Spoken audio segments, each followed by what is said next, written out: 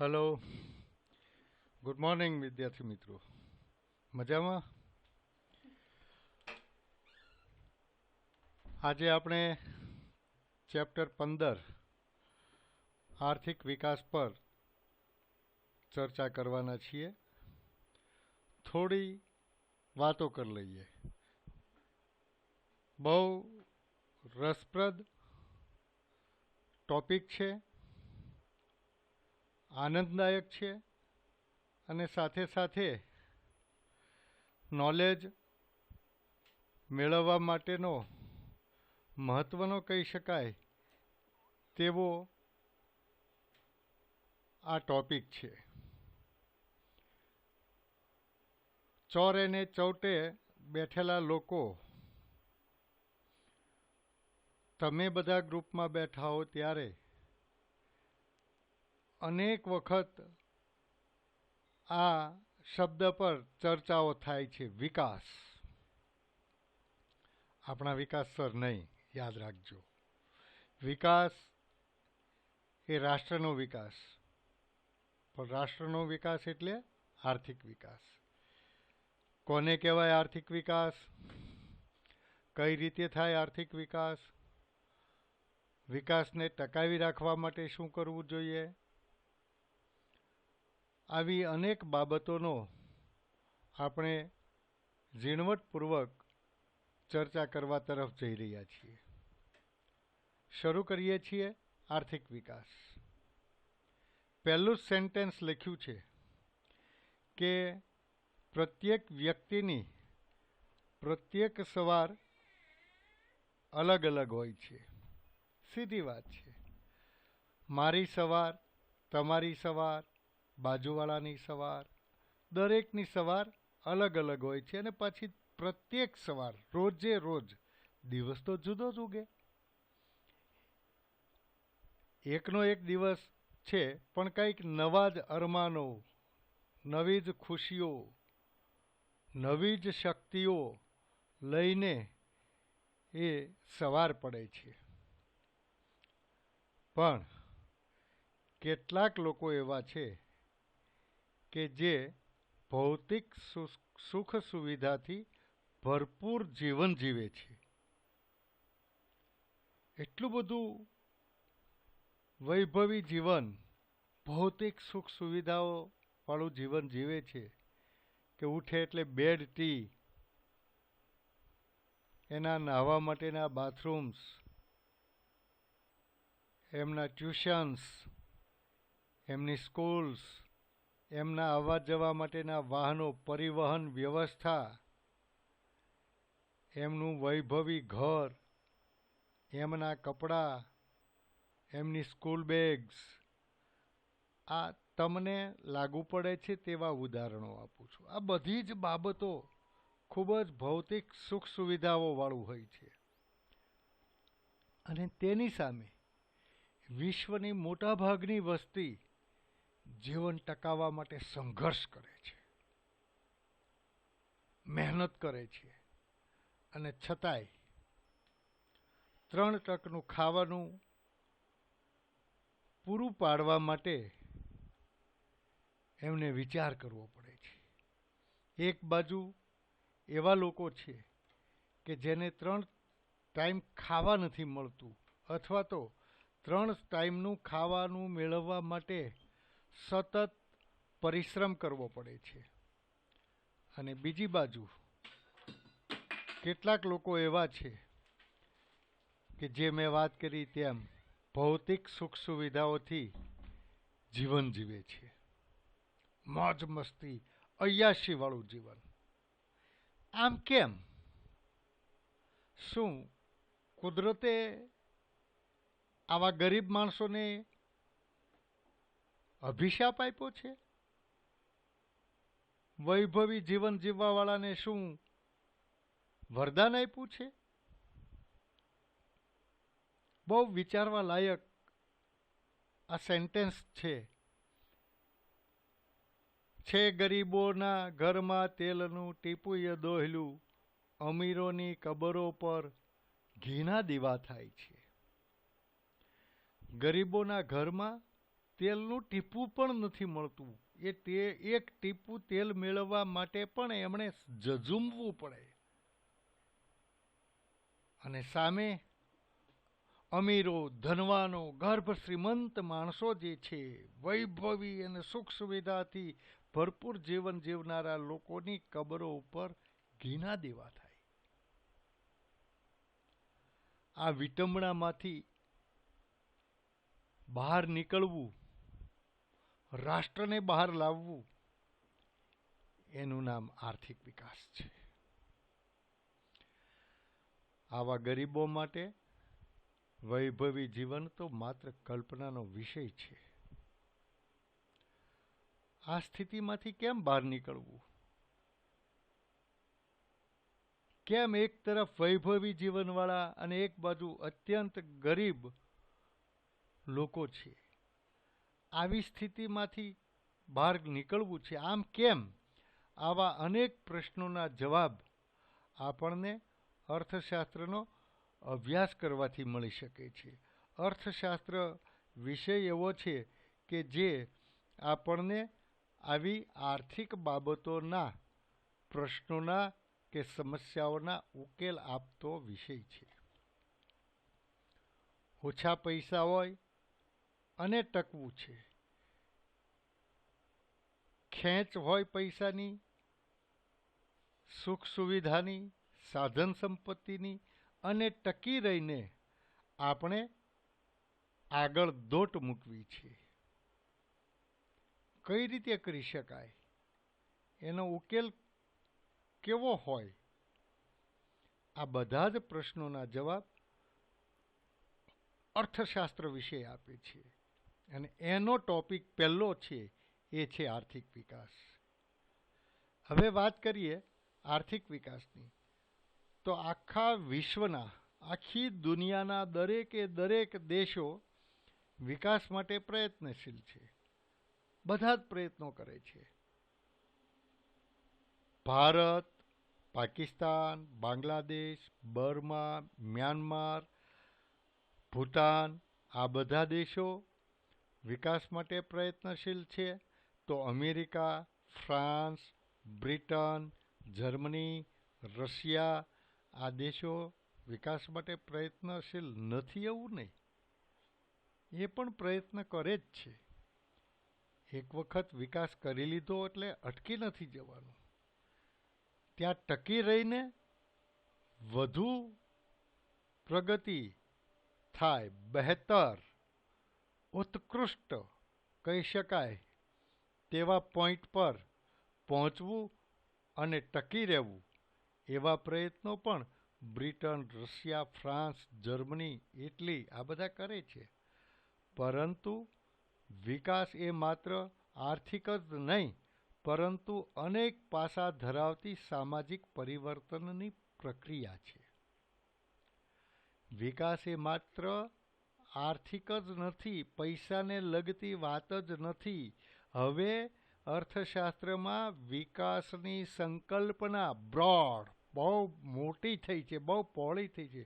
વિશાળ ક્ષેત્રને આવરી લેતું શાસ્ત્ર એ અર્થશાસ્ત્ર છે. આવી અનેક પાસા ધરાવતી સામાજિક પરિવર્તનની પ્રક્રિયા એટલે સમાજમાં આમૂલ ફેરફાર લાવવાના છે. દરેકે દરેક સિસ્ટમમાં, દરેકે દરેક રિવાજોમાં, જીવનમાં ફેરફારો લાવવા, વૈચારિક દ્રષ્ટિકોણ પણ બદલવાની વાત આ આર્થિક વિકાસના ખ્યાલમાં સમાયેલી છે. કેવી સામાજિક પરિવર્તનની પ્રક્રિયા? તો કે રાષ્ટ્રીય આવકમાં સતત વધારો થવો એટલે આર્થિક વિકાસ. રાષ્ટ્રીય આવકમાં સતત વધારો થવો એટલે આર્થિક વિકાસ. આ રાષ્ટ્રના વિકાસની વાત કરી. વ્યક્તિગત કે પારિવારિક કે કોઈ એક જ્ઞાતિ સમૂહના વિકાસની વાત નહીં, પણ સમગ્ર રાષ્ટ્રના વિકાસની વાત છે કે રાષ્ટ્રીય આવકમાં સતત વધારો થવો એટલે આર્થિક વિકાસ. એક વખત આવકમાં વધારો થઈ જાય એટલે વિકાસની દિશામાં આપણે આવી ગયા અને દોટ મૂકી દીધી, રનવે પર આપણે દોડવા માંડ્યા, એવું નથી. સતત વધારો થવો, ધીમે ધીમે ધીમે ધીમે ધીમે એ વધારો છે એ ડાબી બાજુથી જમણી તરફ નીચેથી ઉપરની દિશામાં એક ગ્રાફ જતો હોય. તમે લીટી દોરજો તમારી નોટમાં, ડાબી બાજુથી જમણી તરફ પેન્સિલ ખેંચવાની અને નીચેથી ઉપર તરફ ધીમે ધીમે વધારો થાય, એ આર્થિક વિકાસ છે.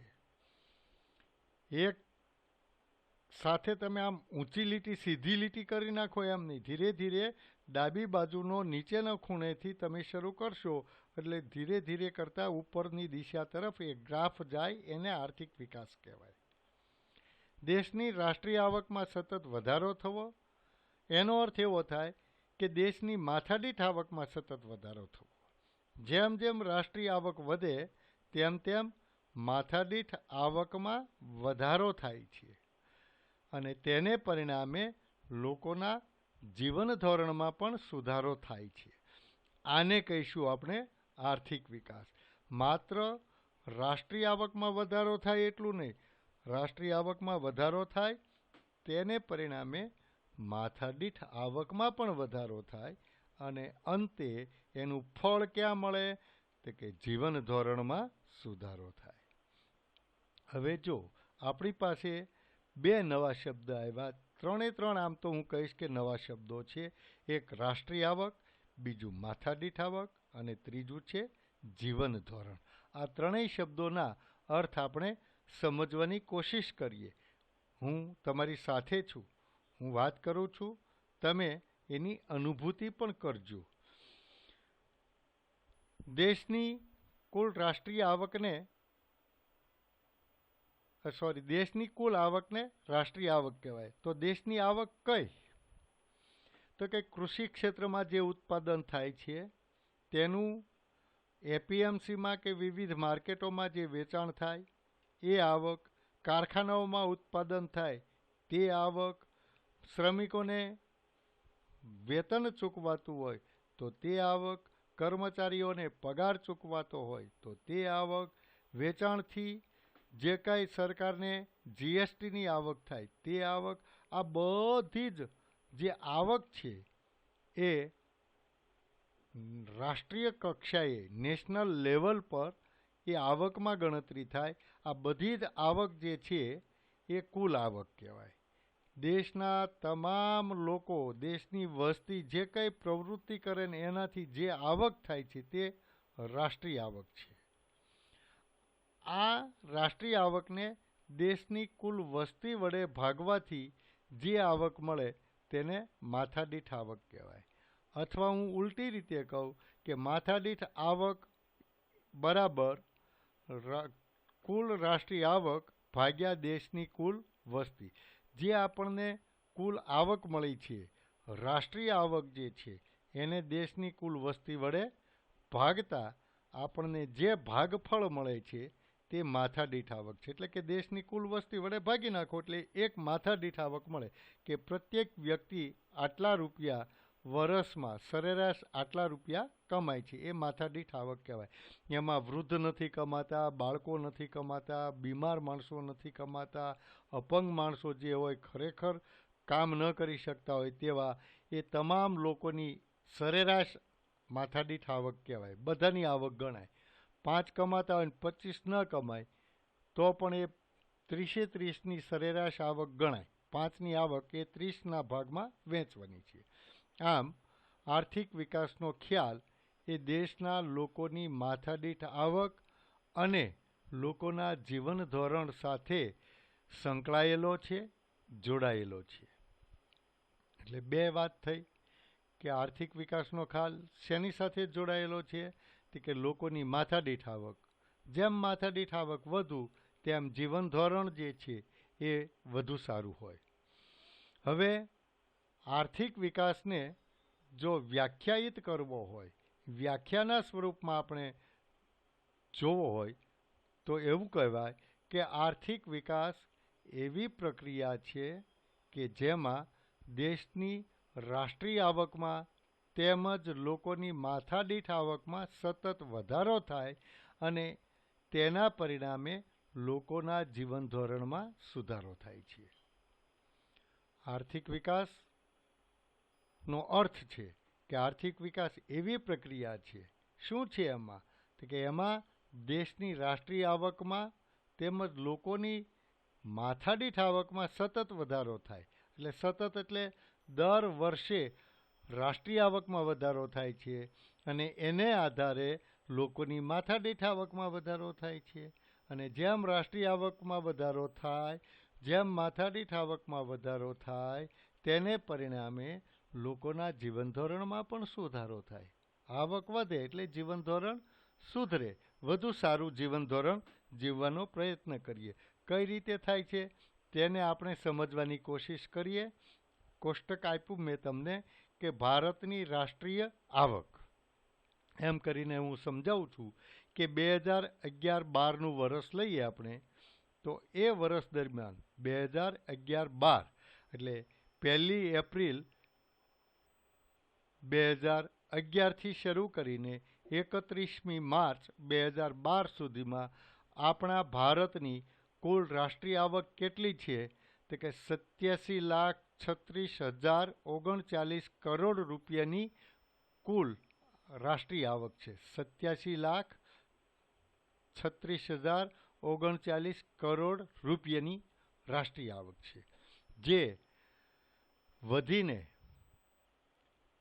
5 વર્ષમાં કેટલી થઈ? તો કે 2015-16માં 1 એપ્રિલ 2015થી 31 માર્ચ 2016 સુધીની આવક ગણતા 2015-16ની આવક કેટલી થઈ? તો કે 1,35,87,192 કરોડ રૂપિયાની ભારતની રાષ્ટ્રીય આવક થઈ. એનો અર્થ એવો થાય કે 2011-12માં રાષ્ટ્રીય આવક 87,36,039 કરોડથી વધીને 1,35,67,192 કરોડ રૂપિયા થઈ. આ રાષ્ટ્રીય આવકમાં વધારો થયો. કેટલો વધારો થયો 5 વર્ષમાં? તે કે 48,31,153 કરોડ રૂપિયાનો વધારો આ 5 વર્ષમાં થયો. તો હવે 5 વડે એને ભાગી નાખીએ તો દર વર્ષે કેટલી આવક સરેરાશ વધી? તો કે વાર્ષિક વધારો 9,66,230 કરોડ રૂપિયા દર વર્ષે વાર્ષિક વધારો જોવા મળે છે. 9,66,230 કરોડ રૂપિયાની ભારતની રાષ્ટ્રીય આવકમાં દર વર્ષે વધારો થયો.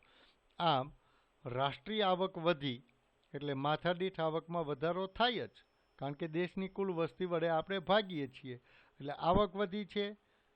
વસ્તી વડે ભાગીએ છીએ એટલે માથાદીઠ આવક મળે છે અને પરિણામે સામાજિક પરિવર્તન અને જીવન ધોરણમાં પરિવર્તનની પ્રક્રિયાનો પ્રારંભ થાય છે.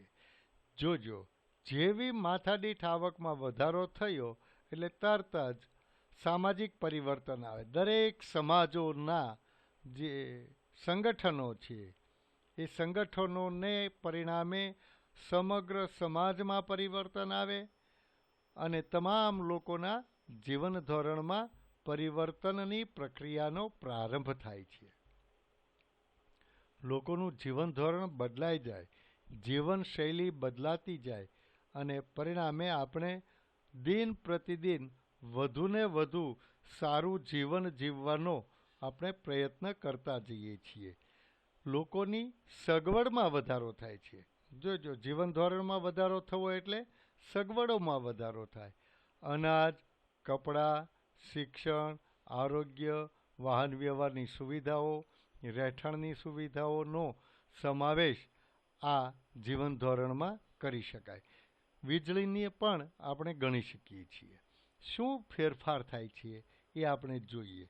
જો આજથી કેટલાક વર્ષો પહેલાં 20-25 વર્ષ પહેલાંની વાત કરીએ તો આપણે જે સામાન્ય રીતે ગામડાના લોકો જે અનાજ ખાતા હતા ત્યારે આટલું અનાજ આપણને મળતું નહોતું. એટલે હતું પણ ખરીદવાની શક્તિ આપણી પાસે નહોતી, આવક નહોતી આપણી પાસે, પૈસા નહોતા.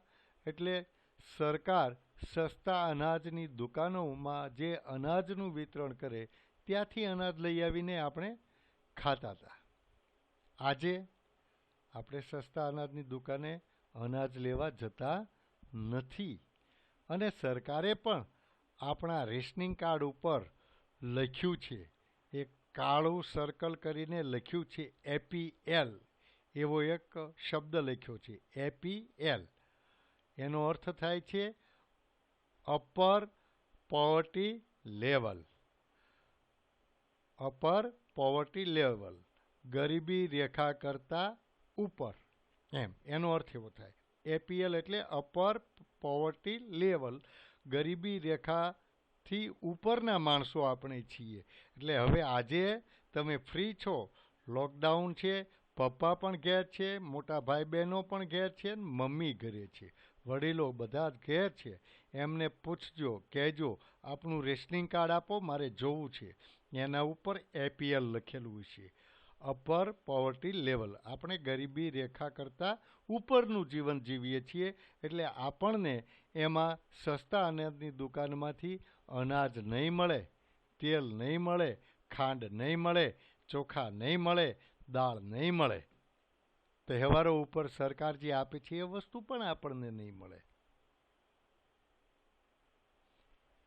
વધારાની વાત કરું થોડી, તો કોને મળે? તો કે એ એવા લોકોને મળે જેના કાર્ડ ઉપર BPL લખ્યું હોય. બાપના પૈસે લહેર એવું નહીં. BPL એટલે બિલો પોવર્ટી લેવલ, ગરીબી રેખા નીચે. બિલો એટલે નીચે, પોવર્ટી લેવલ એટલે ગરીબી રેખા. ગરીબી રેખા નીચે જે લોકો જીવન જીવે છે તેવા લોકોને આ સસ્તા અનાજની દુકાનમાંથી આ બધું મળશે. ઉદાહરણ આપવું હોય તો મિત્રો અત્યારનું આપી શકાય, લોકડાઉનનું. કે જ્યારે લોકડાઉન શરૂ થયું, પહેલો તબક્કો આવ્યો, ત્યારે ગરીબ લોકોને અનાજનું વિતરણ સરકાર તરફથી કરવામાં આવશે અને કર્યું.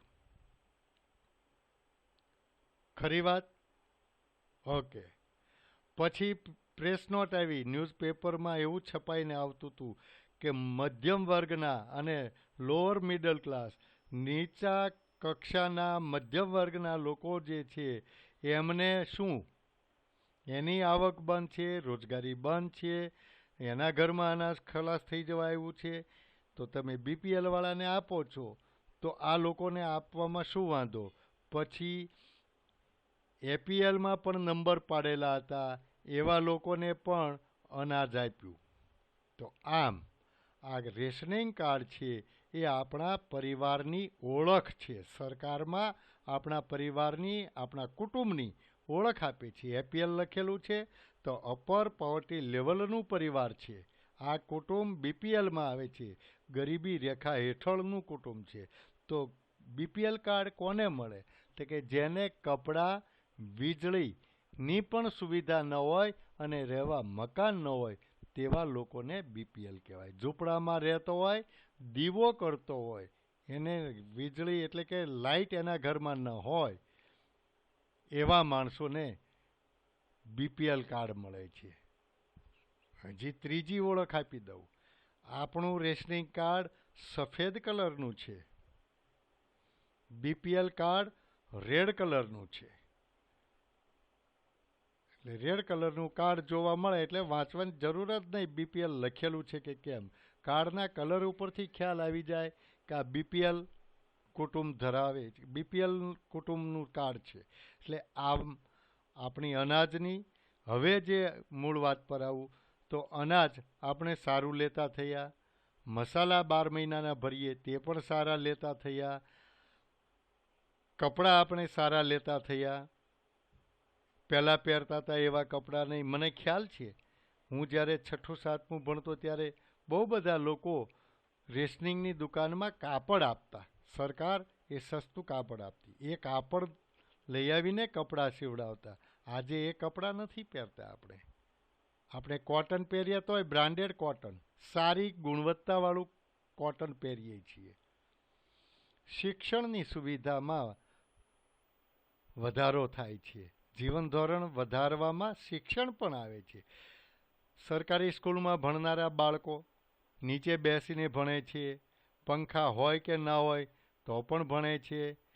આપણી જેવા સુવિધાવાળા બ્લેકબોર્ડ નથી, ક્લાસરૂમમાં જે 4-6 પંખા ફરે એવા પંખા એ લોકોના ક્લાસરૂમમાં નથી ફરતા, તમે બેસો એવી બેન્ચીસ નથી. આપણી સ્કૂલ જેવી ચોખ્ખી ચણાક સ્કૂલ એમની ના હોય. આપણે ત્યાં ભણાવે છે એવું ક્વોલિટી વાઇઝ ગુણવત્તાવાળું એજ્યુકેશન એમાં ન મળતું હોય. એટલે શિક્ષણની સુવિધામાં પણ ફેરફાર થયો અને પરિણામે આજે તમે આપણી કૌટિલ્ય વિદ્યાલયમાં અભ્યાસ કરો છો. આરોગ્ય. પહેલાં માંદા પડતા તો સરકારી દવાખાને જ જતા આપણે, ત્યાં સારવાર કરાવતા. મને યાદ છે, હું 5મું કે 6ઠું ભણતો હતો, મને ટાઇફોઇડ થઈ ગયો. મારા દાદા મને બાજુનું ગામ છે જૂના સાવર, ત્યાં પ્રાથમિક આરોગ્ય કેન્દ્રમાં લઈ ગયા અને ત્યાં ઉકાળા પીવડાવતા. અનાજ ખાવાની મનાઈ, 20 દિવસ સુધી ખાવા ન દીધું, ઉકાળા પીવડાવીને એ ટાઇફોઇડ મટાડેલો. આજે એવી 15 દિવસ રાહ જોવાનો સમય જ ક્યાં છે? અરે માંદા પડીએ કંઈ પણ થાય એટલે તરત જ આપણે પ્રાઇવેટ ડૉક્ટર જે છે, ખાનગી દવાખાનામાં તપાસ કરાવીએ છીએ, ખાનગી હોસ્પિટલમાં દાખલ થઈએ છીએ. કેમ? તો કે આપણને ત્યાં વધુ સારી સારવાર મળે છે, સારવારમાં સગવડ મળે છે અને એ સારવાર અને સગવડના ખર્ચો ચૂકવવાનો આવે એ આપણે ચૂકવીએ છીએ. ચૂકવવાની કેપેસિટી હતી એટલે આપણે ત્યાં ગયા. નહીંતર સરકારી દવાખાના છે જ, સિવિલ હોસ્પિટલ છે આપણા માટે, પણ આપણે ત્યાં નથી જતા. કેમ? તો કે વધુ સારી સુવિધાવાળી, વધુ સારી સગવડવાળી, વધુ સારી ડાક્ટરી સેવા મળે એટલા માટે આપણે ખાનગી હોસ્પિટલોમાં જઈએ. વાહન વ્યવહારની સુવિધામાં ફેરફાર થઈ ગયા. પહેલાં તો પગે ચાલીને 4-4, 5-5, 10-10 કિલોમીટર જઈ આવતા માણસો, મુસાફરી પગપાળા કરતા હતા. હવે વાહન વ્યવહારની સગવડ મળી, બસમાં બેસીને જઈએ છીએ, ટ્રેનમાં બેસીને જઈએ છીએ. કોઈની પાસે વધુ સારી સગવડ હોય તો પોતાની 4 વ્હીલ લઈને જાય છે. કોઈની પાસે વધુ સારી સગવડ હોય તો વિમાનમાં, એર માર્ગે, ફ્લાઇટમાં પણ અહીંથી ભાવનગર કે અમરેલી જાય છે. આ વાહન વ્યવહારની સુવિધામાં વધારો થયો.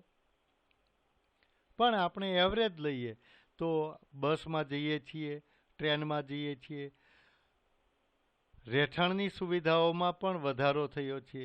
આપણે શરૂઆતમાં જ્યારે સુરત આવ્યા ત્યારે પૂછો તમારા પપ્પાને અને મમ્મીને, દાદા આવ્યા હોય દાદાને પૂછો કે જ્યારે આવ્યા ત્યારે તમે કેવી સગવડતા ભોગવતા હતા. આપણે એક રૂમમાં રહેતા હતા, સૂર્યપ્રકાશ નહોતો આવતો, બારી નહોતી રૂમને, એર સર્ક્યુલેશન નહોતું થતું, 24 કલાક આપણે વીજળી બાળવી પડતી હતી. ત્યારે આપણને ઘરમાં બધી વસ્તુ જોવા મળે. એક જ રૂમ હોય, એમાં જ રસોડું ને એમાં જ પલંગ હોય ને રહેતા હતા. આવી બધી યાતનાઓ વેઠીને, સંઘર્ષ કરીને, ઝઝૂમીને, મેં શરૂઆતમાં કીધું ને કે એક તરફ ગરીબ માણસો જે છે એ અસ્તિત્વ ટકાવી રાખવા જે સંઘર્ષ કરે છે, આવો સંઘર્ષ આપણા પહેલાં જે આવ્યા છે કુટુંબની વ્યક્તિ એમણે કર્યો છે અને એના અથાગ પરિશ્રમ ને પરસેવાને પરિણામે આજે આપણે આ સારા મકાનમાં સારા રહેઠાણની સુવિધાવાળું રહેઠાણ આપણે મેળવી શક્યા છીએ. આ મહેનત છે, યોગ્ય માર્ગે મહેનત કરી. એ ગામડામાં હતા ત્યારે મહેનત નહોતા કરતા એવું નહીં, ત્યાં પણ દિવસ ઉગે નહીં એ પહેલાંની મહેનત શરૂ કરતા, રાત સુધી મહેનત કરતા હતા. પણ એટલું વળતર મળતું નહોતું. પરિણામે એ સ્થળાંતર કરીને અહીંયા આવ્યા. અહીંયા આવીને એમણે જે મહેનત કરી એનું વળતર મળ્યું અને વળતરને પરિણામે એના મીઠા ફળ આજે તમે ભોગવો છો. તમે આ ખાનગી શાળામાં અભ્યાસ કરી શકો છો, તમે સારી હોસ્પિટલમાં સારવાર લઈ શકો છો, તમે રિઝર્વેશન કરાવીને બસમાં કે ટ્રેનમાં મુસાફરી કરી શકો છો, તમે સારા કપડાં પહેરી શકો છો, નીત નવી પેટર્નવાળા. નિત નવી બ્રાન્ડવાળા સારું અનાજ, સારા મસાલા, સારા ખોરાક લઈ શકીએ છીએ અને સારી રહેઠાણની સુવિધાઓ આપણે મેળવી શક્યા છીએ. સારી એટલે પહેલાં હતી એના કરતાં બહેતર એમ. પેલી વૈભવી નહીં, પણ કહી શકાય કે આપણે ખરેખર માણસ તરીકે જીવવા માટે જે જરૂરી છે એવી કેટલીક વસ્તુઓ આપણને અત્યારે પ્રાપ્ત થઈ છે. એ કેમ તે કે રાષ્ટ્રીય આવકમાં વધારો થયો છે, માથાદીઠ આવકમાં વધારો થયો છે અને તેને પરિણામે આપણા જીવન ધોરણમાં સામાજિક પરિવર્તન જે આવ્યું છે એ સામાજિક પરિવર્તનના જે પાસા છે એ આ પાસામાં ફેરફારો થયા અને આપણે આજે આ બહેતર જીવન જીવવાની તક મળી છે. એ વિકાસની દિશા બતાવે છે. આને વિકાસ કહેવાય. આ આર્થિક વિકાસ. આટલું મળ્યું પછી પણ મેં સેન્ટેન્સ લખ્યું છે કે વીજળીની વપરાશમાં પણ વધારો થયો છે. રહેઠાણની સુવિધા મળી છે. ગરમી થાય એટલે કેટલાક માણસો પોતાના લેવલ પર પંખાથી હવા પ્રાપ્ત કરવાની સગવડ કરે છે. એક પંખો, બે પંખા ફરે અને વીજળીનો વપરાશ થાય. એક ટ્યુબલાઇટ હતી, કેટલાક માણસોની સગવડતા હતી તો એમણે ઘરમાં એસી મુકાવ્યા તો એસી ચાલુ કરે છે આખી રાત. દિવસે પણ ચાલુ રાખીએ છીએ બપોરના સમયે, ગરમી ન થાય એટલા માટે, ઠંડક મેળવવા માટે અને પરિણામે વીજળીની વપરાશ વધી છે. જેટલી વીજળીની વપરાશ વધે છે એટલું આપણું જીવન સુખદાયી છે એવો અર્થ થાય. ખોટો પંખો તો ફરવા જ ન દઈએ. આખું ઘર બહાર જઈએ આપણે સૌરાષ્ટ્રમાં તો બધી લાઇટો ચાલુ અને પંખા ચાલુ, ફ્રીજે ચાલુ મૂકીને કાંઈ કાઠિયાવાડમાં નથી જતા. સ્વિચ ઓફ કરીએ છીએ ને મેન સ્વિચ પણ પાડી દઈએ છીએ, એ પણ ઓફ કરી દઈએ છીએ. ઘરે હોઈએ ત્યારે વીજળીની વપરાશ થાય છે. એનો અર્થ એવો થાય કે આપણું જીવન ધોરણ સુધર્યું છે, જે આર્થિક વિકાસ દર્શાવે છે. આમ આર્થિક વિકાસ એ સતત ચાલતી પ્રક્રિયા છે. આ અખંડ પ્રક્રિયા છે, અટકતી નથી. સતત ને સતત વિકાસની દિશામાં આપણે ચાલ્યા કરીએ છીએ. પણ આ ચાલવાની ગતિ જે છે એ દ્રઢ ગતિ હોવી જોઈએ, અખંડ હોવી જોઈએ અને ઉપરની દિશા તરફ એ ગતિ કરતી હોવી જોઈએ. એક વખત આપણે 5 અબજ કરોડ રૂપિયા કમાઈ દઈએ પછી આપણે ખાલી 1 અબજ કરોડ કમાઈએ એમ નહીં. આવા મોટા ગાળા પડવા ના જોઈએ. આમ ઉપર નીચે જેમ એટેક આવ્યો અને કાર્ડિયાગ્રામ કાઢે અને કેમ આમ ઉપર નીચે આપણને દેખાય એવું નહીં. એક સરખું સતત ને સતત ઉપર જતી જે પ્રક્રિયા છે, ઉપરની દિશા તરફ ચાલતી પ્રક્રિયા એ આર્થિક વિકાસ છે. આર્થિક વિકાસ થવાથી જીવન ધોરણમાં સુધારો થાય છે અને આપણું સૌનું જીવન ધોરણ સુધરે છે. હવે આવે છે આર્થિક વિકાસ અને આર્થિક વૃદ્ધિ વચ્ચેનો તફાવત. આ તફાવત તમને પૂછાય છે પરીક્ષામાં કે આર્થિક વિકાસ અને આર્થિક વૃદ્ધિ વચ્ચેનો તફાવત સ્પષ્ટ કરો. તો સામાન્ય રીતે વૃદ્ધિ અને વિકાસ બંને શબ્દો જે છે એ શબ્દો વધારો બતાવે છે. વૃદ્ધિ એટલે વધારો થવો, વિકાસ એટલે પણ વધારો થવો. છતાં આ વૃદ્ધિ અને વિકાસ બંને શબ્દો વચ્ચે પાતળી ભેદરેખા છે અને છતાંય મહત્વનો તફાવત જોવા મળે છે. સીધી રીતે મારે કહેવું હોય તો એમ કહી શકાય કે વૃદ્ધિ છે એ કદમાં વધારો બતાવે છે અને વૃદ્ધિ કેટલાક સમય પછી અટકી જાય. જ્યારે વિકાસની પ્રક્રિયા સતત ચાલતી રહે છે. એટલે મેં અગાઉ કહ્યું ને હમણાં અખંડ સતત ચાલતી પ્રક્રિયા છે. વિકાસ વૃદ્ધિ સતત નથી થતી.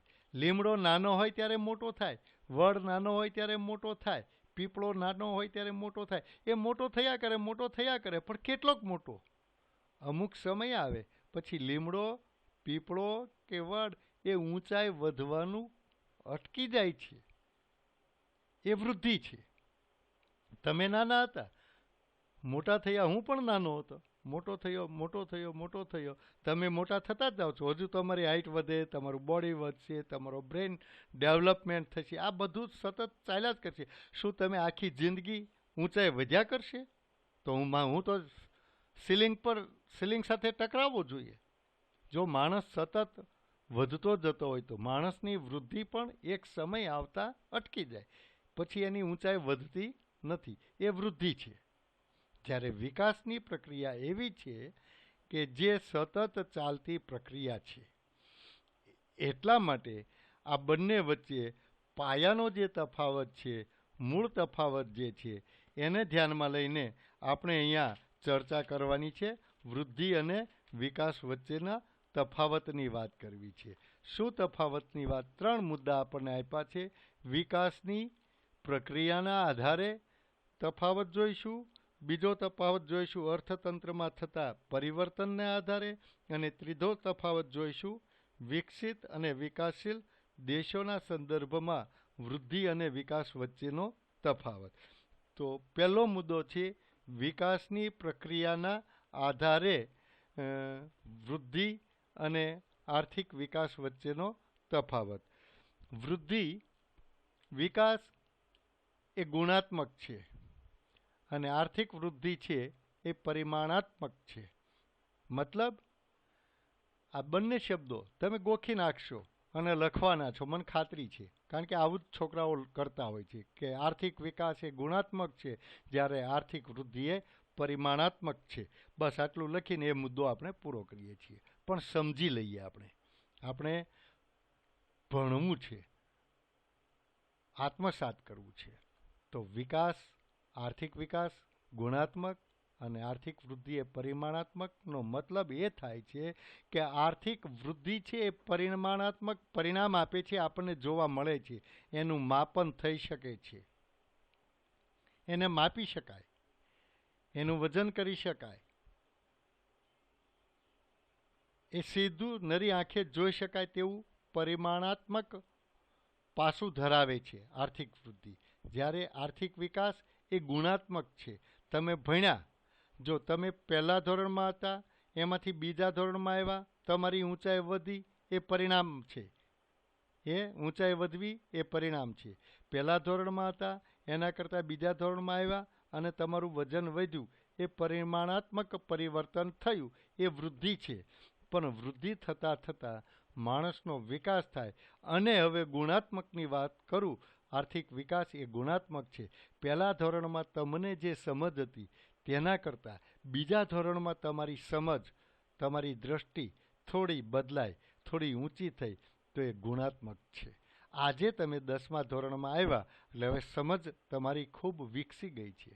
આજે તમે કોઈ પણ વ્યક્તિ તમારી સામે જુએ એટલે તરત જ તમને ખ્યાલ આવી જાય કે આ કઈ દ્રષ્ટિથી આપણી સામે જુએ છે.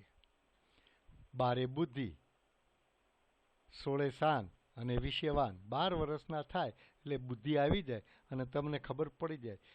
છોકરાઓ કરતાં છોકરીઓને તરત ખબર પડી જાય કે આ શું કહેવા માંગે છે, કઈ દ્રષ્ટિએ જુએ છે. આને ગુણાત્મક પાસું કહેવાય. તમારામાં સમજ આવી જાય. પપ્પા બહારથી આવે ને પાણીનો ગ્લાસ આપણે આપીએ, એ ગુણાત્મક પાસું છે. આમ કરાય, આમ ન કરાય, એની સમજ આવે, એ ગુણાત્મક પાસું છે.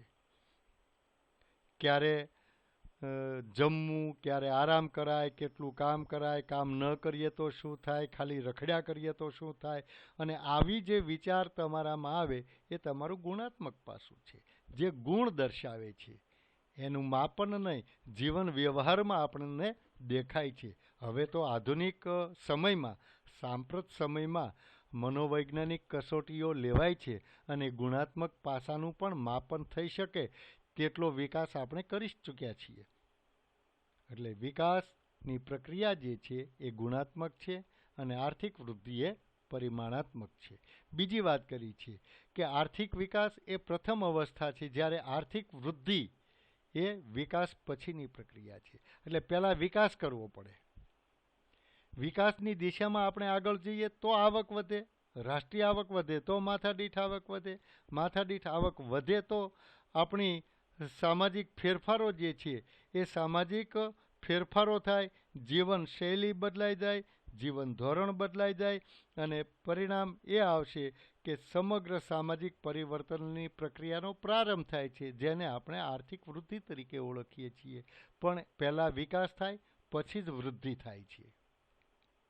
બીજો મુદ્દો આપણે લેવાનો છે અર્થતંત્રમાં પરિવર્તનને આધારે. એટલે અર્થતંત્રમાં ફેરફારો થાય, વિકાસ થાય, આવક વધી, માથાદીઠ આવક વધી એટલે આપણું બજેટ મોટું થાય.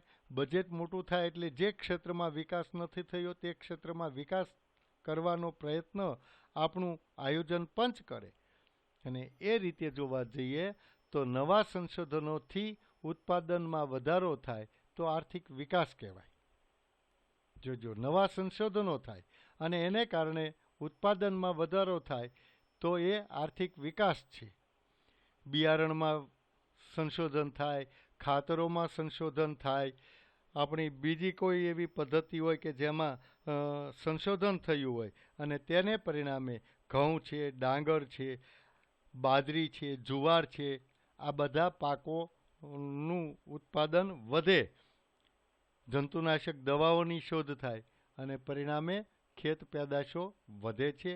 ઔદ્યોગિક ઉત્પાદનમાં પણ વધારો થાય, એને આર્થિક વિકાસ કહેવાય. પણ ખેડાણ લાયક જમીનમાં વધારો થાય અને ઉત્પાદન વધે તો એ આર્થિક વૃદ્ધિ કહેવાય.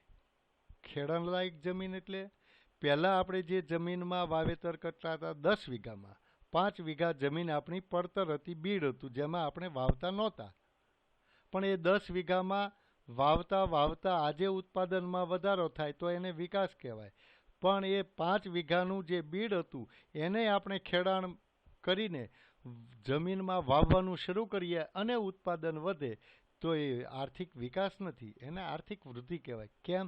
તો કે એના માટે આપણે જમીનનું ક્ષેત્ર વધાર્યું છે એટલે ઉત્પાદન વધ્યું. આપણે બીજું કંઈ કર્યું નથી. નવું શું કર્યું? તો કે જંતુનાશક દવાઓ, રાસાયણિક ખાતરો, સિંચાઈની સગવડતાઓ અને બિયારણના સંશોધનો થતાં જો ઉત્પાદનમાં વધારો થાય તો તેને આપણે આર્થિક વિકાસ કહીશું. ત્રીજું ક્ષેત્ર છે વિકસિત અને વિકાસશીલ દેશોના સંદર્ભમાં. વિકસિત દેશો અને વિકાસશીલ દેશો. વિકસિત દેશો કોને કહીશું? તો કે વિકસિત દેશો જે છે France, Germany, Japan, England, America, આ બધા જે દેશો છે એ વિકસિત દેશો. એ દેશોની રાષ્ટ્રીય આવકમાં વધારો થાય તો એ વૃદ્ધિ છે, એને આર્થિક વૃદ્ધિ કહેવાય. કારણ કે એ દેશોએ તો વિકાસ કરી લીધો છે અને સતત ત્યાં એ વિકાસ ટકી રહે તે માટે પ્રયત્નશીલ છે. એ હવે નીચે આવવાની શક્યતાઓ બહુ ઓછી છે. સતત ને સતત એ વિકાસ કરતા જ રહે છે અને તેને પરિણામે આવકમાં વધારો થાય છે, માથાદીઠ આવકમાં વધારો થાય છે અને પરિણામે જીવન ધોરણ, જીવનશૈલી વધુ સુખ સગવડવાળી છે. ભૌતિક સુવિધાઓથી ભરપૂર એમનું જીવન જોવા મળે છે. એટલે આર્થિક વૃદ્ધિ છે. જ્યારે વિકાસશીલ રાષ્ટ્રો છે એમની રાષ્ટ્રીય આવક વધે તો તે આર્થિક વિકાસ કહેવાય, એને વૃદ્ધિ ન કહેવાય. કેમ? તે કે વિકાસશીલ રાષ્ટ્રોની આવક જ પહેલેથી ઓછી છે. વિકસિત રાષ્ટ્રોની સરખામણીમાં વિકાસશીલ રાષ્ટ્રોની આવક ઓછી છે. એ જ્યારે વધે છે ત્યારે એને એમ કહીશું આપણે કે વિકાસની દિશામાં આગળ વધ્યા. હવે આપણે વિકાસ કરતાં માથાદીઠ આવકમાં જ્યારે વધારો થાય એટલે પહેલાં રાષ્ટ્રીય આવકમાં વધારો થશે, માથાદીઠ આવકમાં વધારો થશે અને પરિણામે આપણે વધુને વધુ વપરાશી ખર્ચ કરતા જઈશું અને એમ કરતાં જો આપણે વિકસિત રાષ્ટ્રમાં ગણાવા લાગીએ તો વૃદ્ધિ કહેવાય. અહીંયા તો એવું નથી થતું. વિકાસશીલ રાષ્ટ્રોમાં જે રાષ્ટ્રીય આવક વધે છે એને કારણે આપણે આર્થિક વિકાસ કર્યો છે એવું કહેવાય, એને આર્થિક વૃદ્ધિ થઈ છે એવું કહી શકાય નહીં. અહીંયા આપણે અટકીશું. નેક્સ્ટ ટાઈમ જ્યારે આપણે મળીશું ત્યારે વિકાસશીલ અર્થતંત્રના લક્ષણો અંગે ચર્ચા કરીશું. મિત્રો, બહુ મજા આવશે. મારો તો ફેવરિટ ટોપિક કહી શકાય અથવા તો ફેવરિટ સબ્જેક્ટ છે આખો એસએસ. અને એમાંય આર્થિક વિકાસ એટલે કે અર્થશાસ્ત્રની વાત આવે એટલે વધુ આમ આનંદ થાય કે નહીં, કંઈક આપણે શીખીએ. અત્યારના સમાચાર પત્રો પણ વાંચતા જજો. પરમ દિવસ પ્રાઇમ મિનિસ્ટર એટલે કે વડાપ્રધાને જે વાત કરી છે, આપણને એક બુસ્ટર ડોઝ આપ્યો આ લોકડાઉન પૂરું થતાં. જે લોનની વાત કરી છે, 20 લાખ કરોડ રૂપિયા આપવાની જે વાત કરી છે, એમને હાથમાં આપણને નથી આપવાના. બોલાવીને એમ નહીં કે રમેશભાઈ લો આ 50 લાખ રૂપિયા તમને આપીએ છીએ, વિકાસની દિશામાં તમે દોટ મૂકો. એમ નથી. એ કઈ રીતે છે એની ચર્ચા આ જ ચેપ્ટરમાં આવશે. અને જ્યારે જ્યારે આવશે ત્યારે હું તમને ઉદાહરણ સાથે સમજાવતો જઈશ, જેથી કરીને તમને ઝડપથી સમજ પડે. અહીંયા આપણે અટકી જઈએ. અસ્તુ. જય હિન્દ, જય ભારત.